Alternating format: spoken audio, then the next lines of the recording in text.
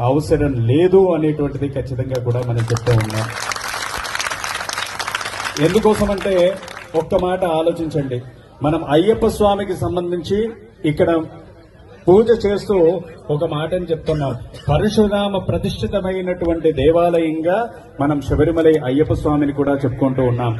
పరశురాముడు ఏ కాలానికి చెందినవాడు అంటే త్రేతాయుగానికి చెందినటువంటి వాడు పరశురాముడు. మరి త్రేతాయుగంలో ఎక్కడైనా మనం ఇస్లాం మతాన్ని చూస్తున్నామా? రాముడి కాలంలో ఇస్లాం అనేటువంటిది ఉందా? లేదు కదా. మరి రాముడి కాలానికి చెందినటువంటి ధర్మశాస్త్రకి వావర్ అనేటువంటి మిత్రుడు ఎక్కడి నుంచి వచ్చాడు అనేటువంటిది ఇప్పుడు ఉత్పన్నమైనటువంటి ప్రశ్న.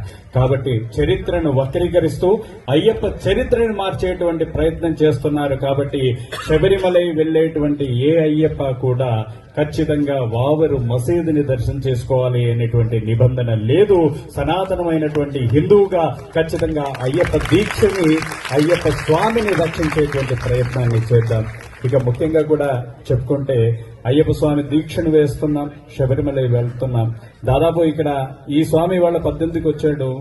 దాదాపు ఆ 18 అంటే 36 సంవత్సరాలుగా శబరిమల కోవిల్లో మేము పనిచేస్తూ ఉన్నటువంటి పరిస్థితి అక్కడ మేము చూస్తున్నాం. నా చిన్నప్పటి నుంచి కూడా అదే పరిసరాల్లో పెరిగినప్పుడు అక్కడ వావరుకు మసీద్ అనేటువంటిది లేదు. ఇక్కడ ఏదైతే చిన్నగా మనకి విగ్రహాలు కనబడుతున్నాయో ఆ సైజులో ఒక పూరి పాక ఉండేది.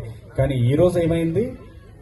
ఒక జామా మసీదుని మించినటువంటి మసీదు ఇవాళ అక్కడ ఎరుమేలిపేట లోపల కనబడింది. ఎరుమేలిపేట శాస్త్ర అనేటువంటి ఆలయం ఎంతైతే ఉందో అంతగానే ఉంది. మరి ఏది అభివృద్ధి చెందింది? అయ్యప్ప మాల వేసుకొని మనం వెళ్తున్నాం, మన సొమ్మను తీసుకుపోయి అక్కడ పెడుతున్నాం.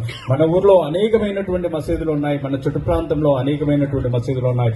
ఏ మసీదులోనైనా మనం ఎక్కడైనా కనీసం మనం దీపం వెలిగించామా, కొబ్బరికాయ కొట్టామా, ఆ మసీదులో మనకి ప్రసాదాన్ని పెట్టారా? ఒక్కసారి ఆలోచించండి.